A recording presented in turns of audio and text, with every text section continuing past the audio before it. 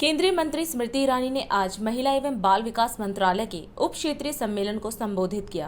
अंतर्राष्ट्रीय बाल श्रम निषेध दिवस के अवसर पर उन्होंने कहा कि बाल श्रम करते हुए आज देश में कई बच्चे मिल जाएंगे और ऐसा इसलिए भी होता है क्योंकि कई बार बच्चों के अपने भी उन्हें इस स्थिति में छोड़ जाते हैं। इस मौके पर उन्होंने बाल सुधार कार्यकर्ताओं के प्रयास के लिए उनका धन्यवाद भी किया और कहा कि यह प्रयास साबित करता है कि देश भी बच्चों की परवाह करता है।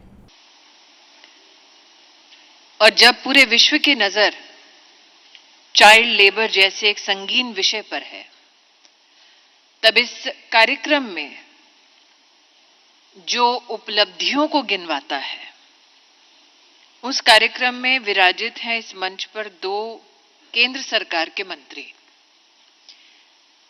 अक्सर प्रोटोकॉल में मंत्री का नाम पहले लिया जाता है जो भारत सरकार से हो, लेकिन डॉक्टर कराड और मेरा अपना अनुभव इस मंच पर आज कुछ ऐसा रहा that we were reduced to mere citizens who looked at our beneficiaries in absolute awe for their aspirations, their dreams and their proclamations gave many amongst us inspiration to lead our lives differently. इस मंच से मैंने और doctor Karad ने सुना यासीन की कहानी को। माँ बाप अपने बच्चे के साथ क्या कर सकते हैं यासीन, तुमने उसका एक अलग पक्ष आज समाज के सम्मुख प्रस्तुत किया। अपने आप में बहुत जिगर चाहिए, हौसला चाहिए, ताकत चाहिए सार्वजनिक रूप से ये घोषित करने के लिए कि मेरे पिता ने मां के ऊपर, मेरे ऊपर एसिड फेंका, कि मेरे माँ बाप ने मुझसे रास्ते पर भीख मंगवाई और अगर मैं ऐसा कोई कृत्य ना करूं तो मुझे खाना नहीं देते थे मेरे अपने ही माँ बाप। कुछ लोगों को शायद ये गलतफहमी है कि चाइल्ड लेबर बच्चे को अबडक्ट करके करवाया जाता है मात्र।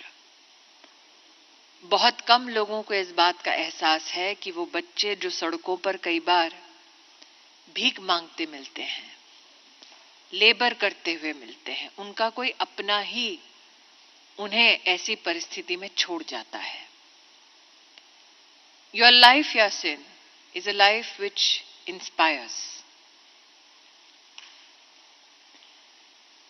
आपने अपने उद्बोधन में यासीन ये कहा कि कैसे 2 वर्ष आप सड़कों पर रहे और आपके लिए वो संघर्षों का समय था।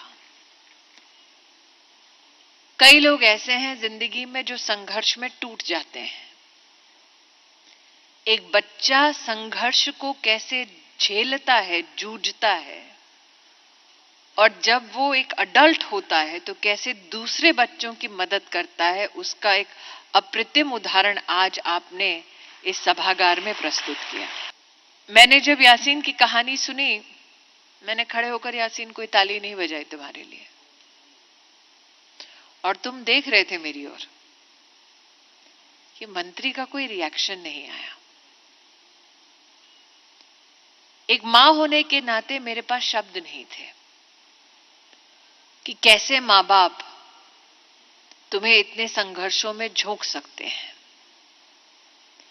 एक मंत्री होने के नाते मैं और राणे साहब इस मंच पर स्तब्ध थे कि हमारे विभाग में ही एक ऐसे सज्जन हैं जिन्होंने अपने संघर्ष को अपने तक सीमित रखा, लेकिन उन संघर्षों से कुछ सीखा ताकि वो दूसरे बच्चों को समाधान दे सके। और गौरव देखा हमने तुम्हारे सचिव के चेहरे पर। राजशेखर जी जब आए, दोनों मंत्रियों को उन्होंने विस्तार से बताया कि कोविड ऑर्फन्स पीएम केयर्स का जो कार्यक्रम है, उसके अंतर्गत यासीन ने कैसे एक एक बच्चे के कागज को ढूंढकर उस एक एक बच्चे को मदद पहुंचाई। और सचिव साहब का कहना था कि यासीन खुद इन संघर्षों से गुजर चुका है तो जानता है कि अगर कागज सही ढंग से नहीं मिला तो बच्चा लाभ से वंचित रहेगा।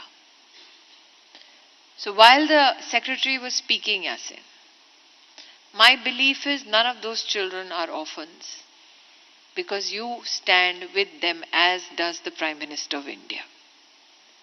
So as much as we are grateful to the Prime Minister for his leadership, we are also grateful to citizens such as yourself who have ensured that while we have pronounced that PM cares, you denote, Yasin, that the nation also cares for such children. So thank you for your resilience and thank you for your service. 22 वर्षों से प्रकाशित mother India पत्रिका पढ़ते रहे देश दुनिया की खबरों के लिए।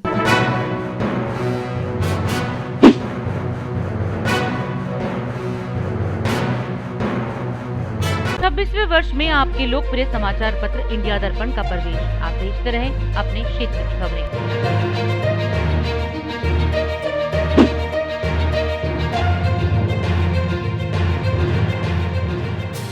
और अधिक खबरों के लिए आप हमारे YouTube चैनल दैनिक इंडिया दर्पण को अभी सब्सक्राइब करें और नोटिफिकेशन के लिए बेल आइकन को प्रेस करना ना भूलें।